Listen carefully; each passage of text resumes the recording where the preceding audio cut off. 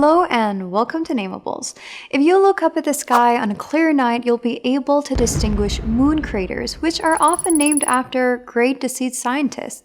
One of these craters is named al-Wafa. Al-Wafa al-Buzjani was born in 940 CE in present-day Iran and was one of the leading astronomers and mathematicians of the world.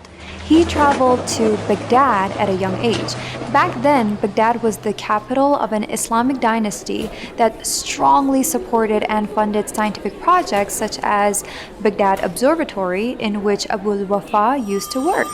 There, he managed to calculate the estimate of the longitude between two different cities through simultaneous observation of the lunar eclipse in those two cities. Mission completed. Buzjani's project also helped ordinary people in their everyday life. He organized the calculations of clerks and businessmen and corrected their methods, such as the calculation of area for shapes with 4 angles. In the eastern provinces of the Islamic dynasty, where it wasn't common to use numbers, Al-Buzjani's works explained sometimes very complicated mathematical concepts using words alone. Al-Buzjani is also famous for his astronomical calculations, which depend greatly on the precision of sine tables.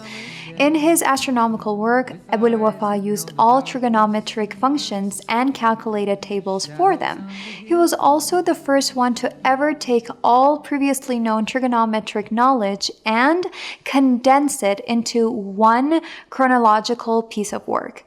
The amazing thing is that this work of his, that's over 1,000 years old, bears a strong resemblance to modern trigonometry in some places.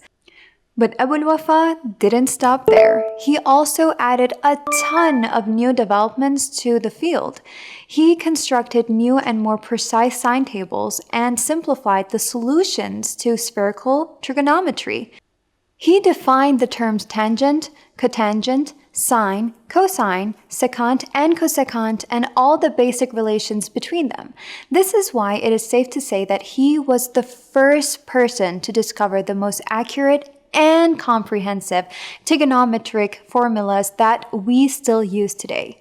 Out of the 22 different books that Al-Buzjani wrote, only 7 have survived. An imperfect copy of his book al-Majest, meaning trigonometry, is currently kept in Paris. Even with this limited access to his books, his knowledge has influenced the entire world in trigonometry.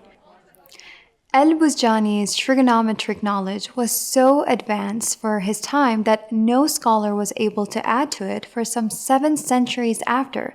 That's until de Moivre published his famous theorem, followed by Euler and Lambert, who introduced the hyperbolic trigonometric function.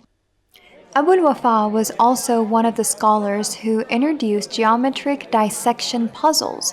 To solve these puzzles, one has to create a specific geometric shape using other shapes, and to this day, mathematicians are finding new solutions for them. Henry E. Dudney, the greatest English creator of mathematical puzzles in the 20th century, was one of those who succeeded in solving a puzzle of Buzjani.